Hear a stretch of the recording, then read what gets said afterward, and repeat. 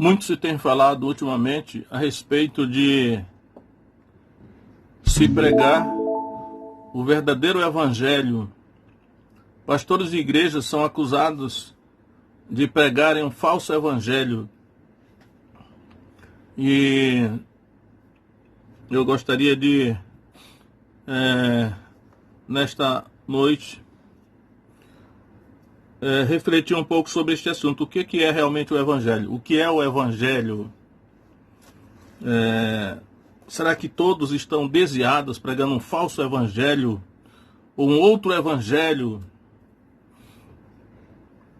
O que é realmente o verdadeiro evangelho?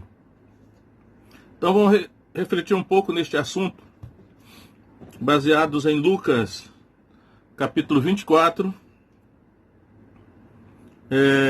Vou ler alguns versículos, versículo 46 e 47, vamos ver. E disse-lhes: assim está escrito, e assim convinha que o Cristo padecesse, e ao terceiro dia ressuscitasse dentre os mortos, e em seu nome se pregasse o evangelho. Aliás, em seu nome se pregasse o arrependimento e a remissão dos pecados em todas as nações, começando por Jerusalém. E destas coisas sois vós testemunhas. E eis que sobre vós envio a promessa de meu Pai. Ficai, porém, na cidade de Jerusalém, até que do alto sejais revestidos de poder. Então vamos destrinchar aqui, à luz destas palavras, o que é realmente o evangelho. Já sabemos que, etimologicamente, a palavra evangelho significa boas novas, boas notícias, notícias alvissareiras. Mas o conteúdo mesmo do que é o evangelho, nós vamos observar aqui deste texto. Em primeiro lugar, eu quero destacar que o evangelho é uma mensagem contida nas Escrituras. É uma mensagem das Escrituras. E aqui, quando eu falo em Escrituras, estou falando das Escrituras cristãs, ou até mesmo das Escrituras judaico-cristãs, porque cada religião tem a sua Escritura. O islamismo tem o Alcorão, o hinduísmo tem o Mahabharata e outras escrituras.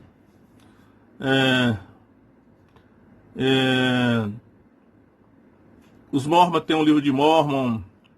Enfim, quando nós falamos a escritura, estamos nos referindo à escritura judaico-cristã, né? Porque é exatamente isso que Jesus está falando aqui. Então, ele diz aí, verso 44, são estas as palavras que vos disse estando ainda convosco, que convinha que se cumprisse tudo o que de mim estava escrito na lei de Moisés, nos profetas e nos salmos.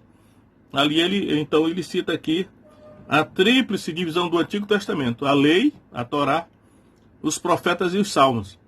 Então, tudo que estava escrito na escritura judaica, no caso aqui. E aí ele diz, verso 45, então abri-lhes o entendimento para compreenderem as escrituras. E aí diz, assim está escrito. Então, o evangelho não é a mensagem tirada da cabeça de qualquer um, ou não é uma mensagem que cada um pode dar a sua opinião, mas o evangelho é uma mensagem tirada das escrituras, é o que está escrito, né? Eu já percebi que quando, por exemplo, Jesus disse para Satanás, está escrito, algo quando está escrito tem autoridade. É como na lei humana, né? Quando, por exemplo, uma autoridade policial vai prender alguém, a pessoa tem o direito de ser. Está escrito aonde? Com que direito? É o direito escrito na Constituição, nas leis penais. Então, o fato de estar escrito dá uma autoridade. No caso aqui, o Evangelho é baseado naquilo que está escrito nas Escrituras judaico-cristãs. Em segundo lugar, ele diz aí, está escrito, assim convinha que o Cristo padecesse. Então o evangelho também é uma mensagem de sofrimento, e aí é um assunto desagradável, né? Mas como nós estamos falando aqui de pregar o verdadeiro evangelho e não a falsificação, ou aquilo que nós gostaríamos de falar, né? Dizer coisas agradáveis para o povo, porque já que a palavra evangelho significa boas notícias, subentende-se que é uma notícia agradável, vai agradar a todo mundo, né? Mas não é isso que acontece. Porque aqui está dizendo, é necessário que o Cristo padecesse. Lucas está escrevendo, ele poderia ter dito, era necessário que o Messias padecesse. Jesus está falando aqui, né? Então, é uma mensagem de sofrimento. E aí, examinando aqui, por exemplo, os discursos dos apóstolos após o Pentecostes, eles falam muitas vezes, principalmente num contexto judaico, a respeito dos sofrimentos do Messias. E era dos motivos de escândalo para os judeus, era o fato de o Messias ter que padecer, né? Era necessário que o Messias padecesse, sofresse. Isso eles não aceitavam, porque idealizavam um Messias vencedor, né? Que não sofresse. E foi um escândalo para eles, e pode ser também para muitos hoje, né?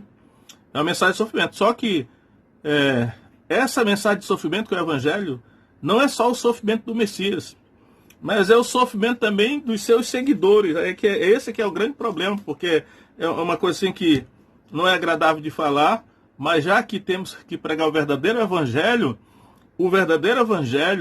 fala que os discípulos do Messias também vão sofrer. Eu tenho várias escrituras aqui, mas eu vou escolher algumas aqui só. Colossenses 1:24, por exemplo. Colossenses 1:24. Paulo diz o seguinte: regozijo-me agora no que padeço por vós, e na minha carne cumpro o resto das aflições de Cristo pelo seu corpo, que é a igreja. Entendo até mesmo que Paulo está como líder, Paulo está dizendo, né, que ele... aí poderíamos concluir o seguinte: mas sofrimento aí que resta das aflições de Cristo é só para os líderes, que Paulo era um líder. Realmente, nessa escritura aí dá para entender isso aí, né? Mas em outras escrituras, por exemplo, primeira carta de Pedro, vamos ver agora, primeira carta de Pedro, capítulo 4. Primeira carta de Pedro, capítulo 4. Ele vai dizer o seguinte, verso 1. Ora, pois, já que Cristo padeceu por nós na carne, armai-vos também vós com este pensamento, que aquele que padeceu na carne já acabou com o pecado. Isso aí já não se aplica só aos líderes, já está falando de todos os cristãos. E ainda nesse mesmo capítulo de Pedro, a partir do verso 12, ele vai dizer o seguinte: amados, não estranheis a ardente prova que vem sobre vós para vos tentar, como se coisa estranha vos acontecesse. Mas alegrai-vos no fato de ser de participante das aflições de Cristo, veja só, para que também na revelação da sua glória vos regozijeis e alegreis.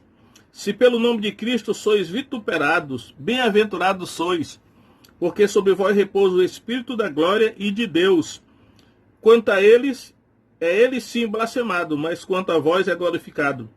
Que nenhum de vós padeça como homicida ou ladrão ou malfeitor, ou como que se entremete em negócios alheios. Mas se alguém sofre como cristão, não se envergonhe.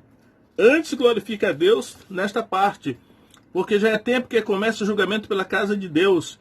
E se primeiro começa por nós, qual será o fim daqueles que são desobedientes ao Evangelho de Deus? E por aí, tem muitos outros textos, mas eu não vou citar, só lembrar o seguinte, que o Evangelho é uma mensagem de sofrimento. Porque isso aí, falso evangelho, estamos hoje falando de falso evangelho, tem uns evangelhos por aí que é só alegria, né? É só bênção, é só vitória, isso não é o verdadeiro evangelho. Quando eu vejo alguns falando dessa maneira, eu percebo que há uma ignorância, eles não compreendem o que é o evangelho, né? E esse não é o verdadeiro evangelho, né? Mas o verdadeiro evangelho tem sofrimento. E isso está por todo o Novo Testamento. E até no Velho também, né? Sobre o sofrimento do Messias, poderia citar Isaías 53, que é um texto do Antigo Testamento que escandaliza os judeus, porque até hoje acredito que os judeus não compreendem aquela escritura, ou da outra interpretação, né? Então, baseado no que Jesus está dizendo aqui, ele diz, era necessário, convinha que o Messias padecesse. E aí esse padecimento se aplica aos seus seguidores, né? O Evangelho também é uma mensagem de ressurreição, porque no texto de Lucas 24, 46, diz: e ao terceiro dia ressuscitasse dentre os mortos. Então não é por acaso que ele diz, olha, o Evangelho é uma mensagem sobre a ressurreição, é sobre a ressurreição do Messias. Se nós formos seguir os passos dos apóstolos ao longo do livro de Atos, nós vamos perceber que aonde eles chegavam, que eles pregavam o Evangelho, eles mencionavam a ressurreição, que é outra pedra de tropeço, né? Que o Messias ressuscitou e que nós também iremos ressuscitar. Eu acho interessante, por exemplo, em Atos capítulo 17, quando Paulo prega em Atenas, ele termina a pregação dele da seguinte maneira, Atos 17, 31, diz assim: porquanto tem determinado um dia em que com justiça há de julgar o mundo por meio de um homem que destinou, e disso deu certeza a todos, ressuscitando-o dentre os mortos. E como ouviram falar da ressurreição dos mortos, uns escarneciam e outros diziam, acerca disso te ouviremos outra vez. Então, o Evangelho, a mensagem do Evangelho é uma mensagem que fala da ressurreição. A ressurreição não somente de Jesus, mas também a ressurreição dos seus seguidores, né? Irão ressuscitar na ressurreição dos justos, vão ressuscitar 1000 anos antes da ressurreição dos ímpios, porque haverá duas ressurreições. Primeira ressurreição dos justos, dos seguidores do Messias, e 1000 anos depois, após o milênio, a ressurreição dos ímpios para o julgamento final. Então, é uma mensagem de ressurreição. Eu quero mencionar ainda outro texto sobre ressurreição, 1 Coríntios capítulo 15, verso 20, ele diz assim: mas de fato Cristo ressuscitou dentre os mortos, e foi feita as primícias dos que dormem. Verso 23. Mas cada um por sua ordem, Cristo as primícias, depois os que são de Cristo na sua vinda. Depois virá o fim, quando tiver entregado o reino a Deus, ao Pai, e quando houver aniquilado todo o império e toda a potestade e força.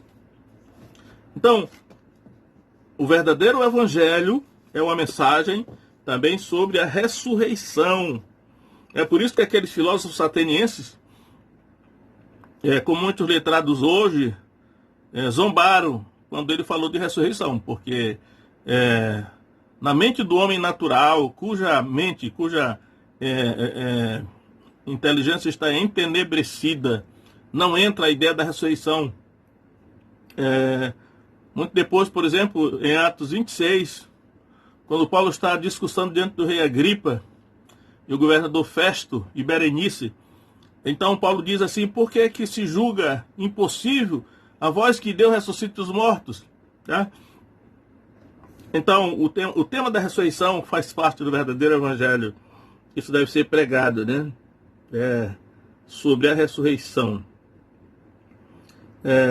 Aí Jesus diz aí, quando ele está em Lucas 24, ele diz: era necessário que o Messias padecesse, que ao terceiro dia ressuscitasse dentre os mortos, que em seu nome se pregasse. Aí eu vou fazer aqui uma paradinha aqui. Em seu nome se pregasse. Devemos atentar para o fato que Jesus está dizendo que esse evangelho é para ser pregado no nome do Messias. Né? Em seu nome se pregasse. Essa questão do nome de Jesus, do nome do Messias, ela faz parte do evangelho. O Evangelho sempre menciona o nome de Jesus. O nome de Jesus é importante. O nome de Jesus deve ser invocado. O nome de Jesus deve ser anunciado. Às vezes eu acho até que nós, às vezes, não compreendemos a profundidade da importância do nome de Jesus na pregação do Evangelho.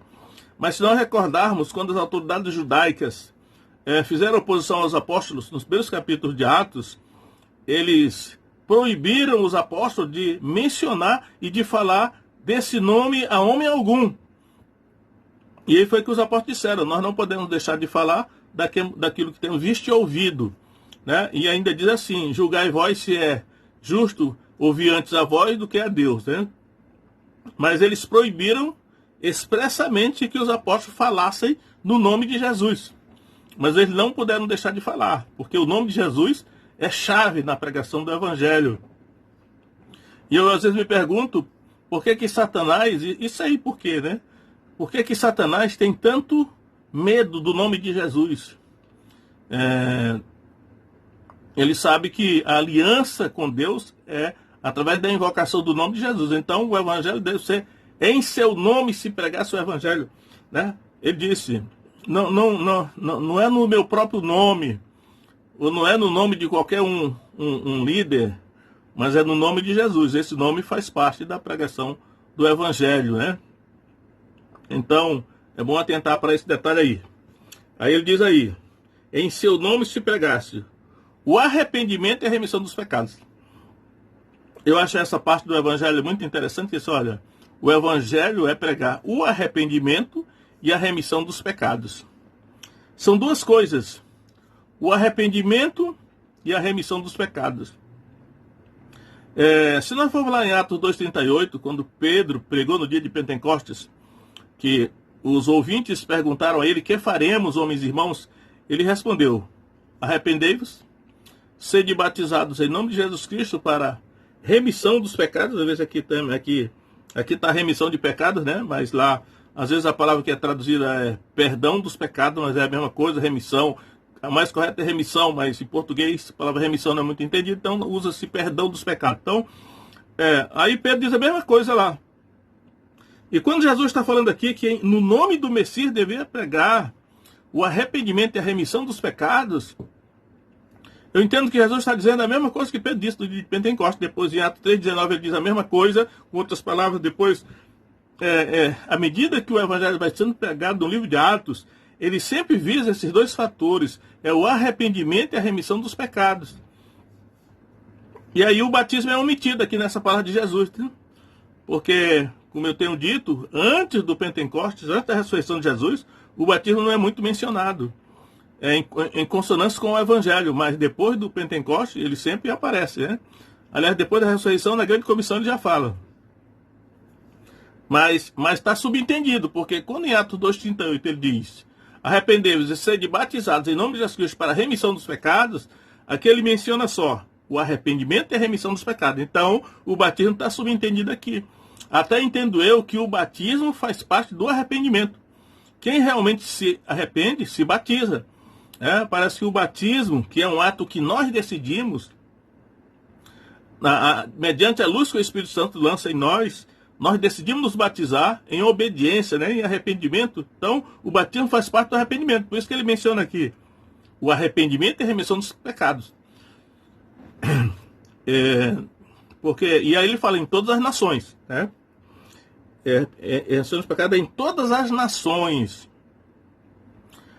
A situação é muito grave, porque significa então que todas as nações estão debaixo do pecado. Todas as nações, elas são culpadas diante de Deus. Todas as nações, elas estão condenadas pela justiça divina. Então, o Evangelho é como que um ultimato, né? Se pregasse o arrependimento. Por isso que os pregadores do Novo Testamento começam a sua pregação sempre dizendo: arrependei-vos. Jesus começou assim, João Batista começou assim. Os apóstolos começaram a sua pregação conclamando o povo ao arrependimento. Então, o Evangelho é uma proclamação, é um ultimato da parte de Deus para que os homens se arrependam, né? Por isso que lá em Atenas, Paulo termina a sua pregação dizendo assim: Deus, não levando em conta os tempos da ignorância, manda agora que todos os homens, em todo lugar, se arrependam.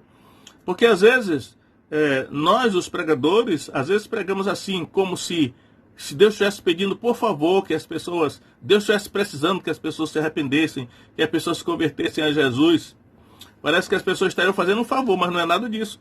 Né? A verdade é que Deus está irado com o pecado, mas Deus amou o mundo de tal maneira, né? Ele deu seu Filho unigênito para que todo aquele que nele crê não pereça. E todas as nações estão caminhando para a condenação, ou seja, para o desfecho final, para o julgamento final, para a condenação final, para o castigo final. E o arrependimento, que é o Evangelho, é uma oferta de perdão dos pecados, a remissão dos pecados, mas os pecados só serão perdoados se houver arrependimento. Então, já que estamos aqui nesta época, né, nesse tempo, em que muito se fala de que um falso evangelho está sendo pregado, um evangelho que distorce o texto da Escritura, fala aquilo que é agradável das pessoas virem, as pessoas são atraídas para as igrejas por promessa de prosperidade, e a igreja se enche de pessoas ambiciosas e que querem fazer barganha com Deus, mas isso não é o evangelho. O evangelho é uma chamada ao arrependimento. E ele diz, por quê? Porque os pecados só poderão ser perdoados ou remidos mediante o arrependimento. E isso é o Evangelho. Né? Aqui está falando em todas as nações. Na grande comissão em Marcos, ele já diz de outra maneira, diz assim, ide por todo o mundo, e aqui ele diz, em todas as nações, aqui em Marcos ele diz, ide por todo o mundo, pregar o Evangelho a toda criatura. Toda criatura. Nem todos irão se salvar, porque nem todos irão se arrepender. Nem todos irão dar ouvidos ao Evangelho, né? Por isso Isaías diz, Senhor, quem creu na nossa pregação e a quem foi manifestado o braço do Senhor, mas é necessário para que cumpra a justiça divina, que todos ouçam, para que fique constatado que todos tiveram a oportunidade de se arrepender e receber o perdão dos pecados, se não fizeram, porque não quiseram. Então, e aí, Marcos usa a expressão, ide por todo o mundo.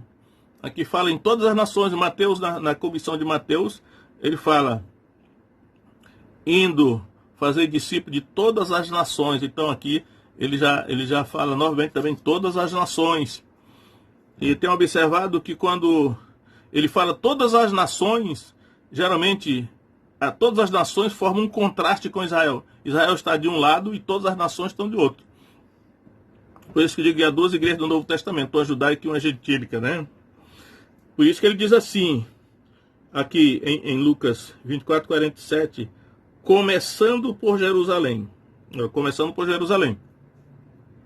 Então tinha que começar em algum lugar. Começou em Jerusalém, no dia de Pentecostes.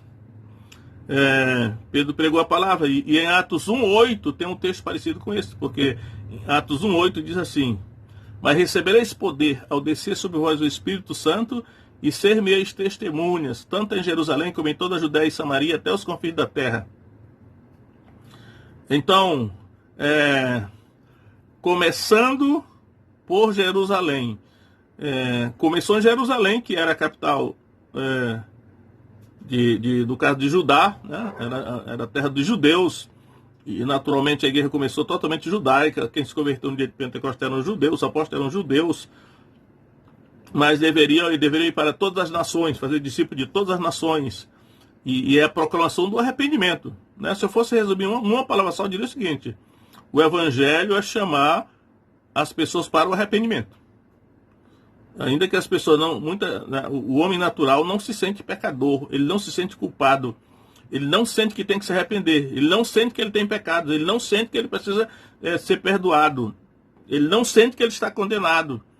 O perigo está sobre a sua cabeça, mas ele não percebe, ele está insensível.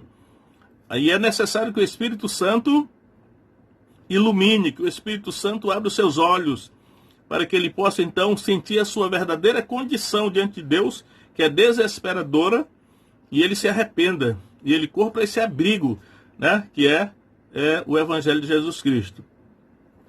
Por isso que essa palavra de Jesus,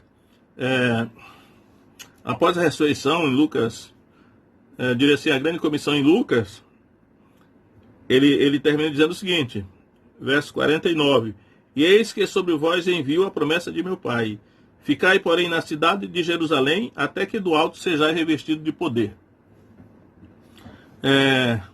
Faz parte do Evangelho, né?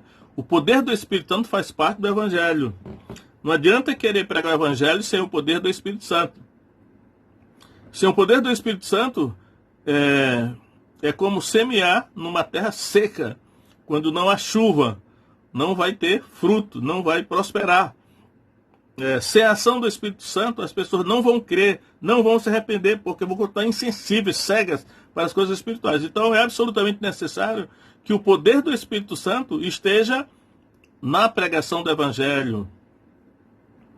Eu lembro que num congresso de evangelistas itinerantes que houve, eu acredito que foi na Holanda, há alguns anos, um amigo meu foi a esse congresso, e aí havia evangelistas de várias partes do mundo, inclusive do Brasil. Então depois eu li, né, as conclusões num livro desse congresso de evangelistas, foi a Associação Billy Graham que promoveu, e aí eles incluíam na definição de evangelismo o poder do Espírito Santo. Evangelizar é pregar o Evangelho de Jesus Cristo no poder do Espírito Santo, né? Não é só sair por aí pregando sem se assegurar de que o Espírito Santo está nesse negócio, que o poder do Espírito Santo está presente. Não é só palavra, é palavra revestida de poder, porque senão não vai acontecer nada, né? Isso não é o Evangelho. Um Evangelho só de palavra não é o Evangelho. Pode ser, as palavras podem ser verdadeiras, mas não há o poder sobrenatural que energiza as palavras para que ela mexa com o coração, com a mente do ser humano, pecador, né? Então, quando eu acho esse texto, foi Lucas que escreveu, Atos, foi Lucas que escreveu também. Então, na grande comissão de Atos, em Atos 1:8, quando ele diz assim, aí ele diz aqui, começando por Jerusalém. Lá em Atos ele diz assim, tanto em Jerusalém, como em toda a Judéia e Samaria, até os confins da terra. Já ouvi até um missiólogo pregando assim, tanto como. E aí, o sentido começando por Jerusalém, claro, o evangelho tem que começar em algum lugar, começou em Jerusalém. Mas como o objetivo dele é ir para todas as nações, era tanto em Jerusalém, como em toda a Judéia e Samaria até os confins da terra, é que ele não deveria ser deixado de pregar em Jerusalém. Ele continuaria pregando em Jerusalém. E à medida que ele ia avançando para os confins da terra, era simultânea a pregação do evangelho em todas as nações.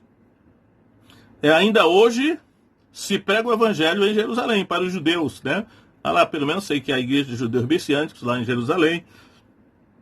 E em todas as outras partes do mundo. Então, simultaneamente, né? Não precisa assim, deixa de pregar num lugar para ir pregar no outro. Mas é necessário que o evangelho seja pregado entre todas as nações. E o objetivo do evangelho é salvar as almas do inferno, é livrar da condenação, é remissão de pecados, que ele falou aqui, é perdão de pecados. Espiritualmente falando, o ser humano é um criminoso, ele transgrediu as leis de Deus, está condenado, e a condenação é eterna, é sofrimento eterno, é no inferno. E o evangelho é uma mensagem para livrar o ser humano dessa condenação eterna. O evangelho moderno, que alguns pegam,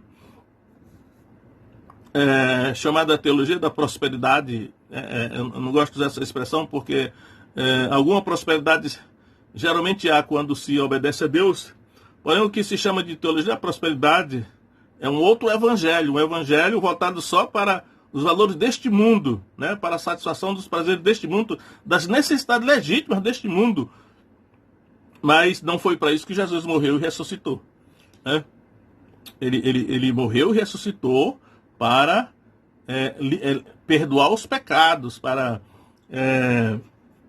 tirar a condenação de sobre os seres humanos, para evitar que eles continuem debaixo da ira de Deus, mas eles sejam perdoados, sejam salvos, e não vão para o inferno, mas vão para o céu no final, né? Então, foi para isso que Jesus morreu. E isso é que é o evangelho. Essas bênçãos materiais aí, Deus sabe que são necessárias, e geralmente Ele provê, né?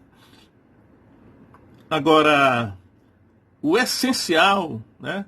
Aquilo que é uma questão de vida ou morte e morte espiritual eterna, é que as pessoas precisam se arrepender dos seus pecados e ter os seus pecados perdoados, porque isso é o Evangelho, né? As outras coisas podem ser consequência, bênção de Deus, de uma vida reconciliada, que se houver bênçãos materiais, amém. Se não houver, a pessoa pode até morrer, né? Até de fome, ou de perseguição, ou de tribulação, mas ela irá para o céu, né? Esse é o objetivo que o Evangelho é isso aí. Então, quero deixar essa reflexão aqui, baseado nessas palavras de Jesus em Lucas, de que o Evangelho, o verdadeiro Evangelho é isso aí. Pode ser que não agrade a muita gente, pode ser que muita gente vá até embora da igreja, ou muita gente queira nem saber, tem gente não quer saber de Evangelho não. Então não queira, mas pelo menos aqueles que quiserem ouvir, nós temos que pregar, né? Porque no final, quando a condenação chegar, a pessoa não vai culpar a Deus de que nunca ouviu, né? Então, que Deus abençoe cada um de vocês aí, em nome de Jesus. Amém.